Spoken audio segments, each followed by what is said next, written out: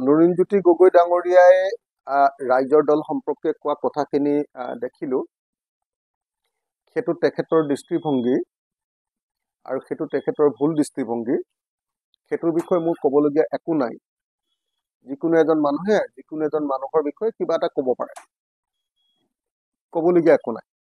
কিন্তু আসল বিষয়টো আছিলে যে আঞ্চলিক দল কেইবাটাও হ'ব লাগে নে আঞ্চলিক দলবিলাক একলগ হ'ব লাগে আমি ৰাইজৰ দলে আঞ্চলিক দলবিলাক একলগ হোৱাটো বিচাৰিছিল আৰু তাৰ কাৰণে ৰাইজৰ দল আৰু অসম জাতীয় পৰিষদে এই সম্পৰ্কে আলোচনা কৰিছিল ইয়াৰ কাৰণে এখন কমিটি চাৰিজনীয়া অসম জাতীয় পৰিষদৰ সদস্য আৰু ৰাইজৰ দলৰ চাৰিজন সদস্য আঠজনীয়া সদস্যৰ কমিটিবিলাকে 4-5 বাৰ মান বৈঠকত মিলিত হৈছিল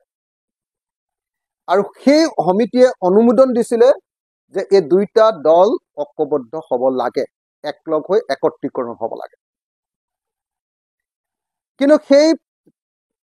সিদ্ধান্তলৈ অহাৰ পাছতো দুইটা দলে সেই কথাবিলাক পতাৰ পাছতো দেখা গ'ল যে অসম জাতীয় পৰিষদে ৰাইজৰ দলৰ লগত বা ৰাইজৰ দলৰ লগত একত্ৰীকৰণ কৰিবৰ কাৰণে জাতীয় পৰিষদে সন্মতি প্ৰকাশ নকৰিলে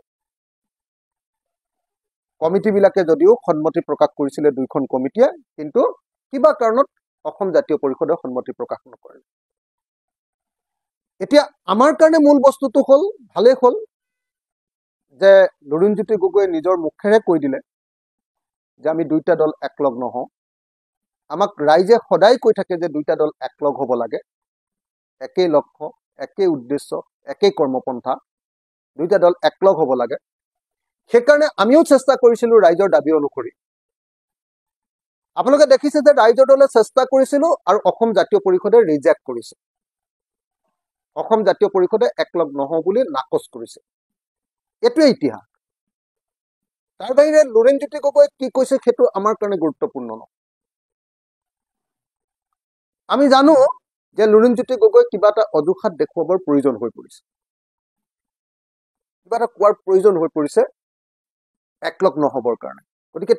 তেখেতৰ বক্তব্য দাঙি ধৰিছে সেই সম্পৰ্কে মোৰ একো ক'বলগীয়া প্ৰয়োজন নাই মই একো মন্তব্য দিয়াৰ প্ৰয়োজন আছে বুলি নাভাবোঁ কিন্তু আপোনালোকে এতিয়াৰ পৰা আৰু আমাক নুসুধিব সাংবাদিকসকলে বা অসমৰ ৰাইজে যে আপোনালোকে কিয় দুইটা দল একলগ নহয় আমি ৰাইজৰ দলে একলগ হ'ব খুজিছিলোঁ অসম জাতীয় পৰিষদে একলগ হ'ব খোজা নাই আৰু সেইটো কথা লুৰিণজ্যোতি গগৈ অসম জাতীয় পৰিষদৰ সভাপতিয়ে নিজে সংবাদ মাধ্যমক কৈছে যে আমি একলগ নহওঁ মহানগৰীত উৎকৃষ্ট হোটেল দ্য ভিলা আদৰ্শপুৰ বাৰ্লিন নম্বৰ 1 কাহিলীপাৰা সৰ্বশিক্ষা অভিযানৰ কাৰ্যালয়ৰ কাষতে হোটেল দ্য ভিলাত আছে উৎকৃষ্ট মানৰ সা-সুবিধা য'ত আছে আটকধুনীয়া কোঠা লগতে পাব লাক্সাৰি সুইট আৰু ডিলাক্স ৰুম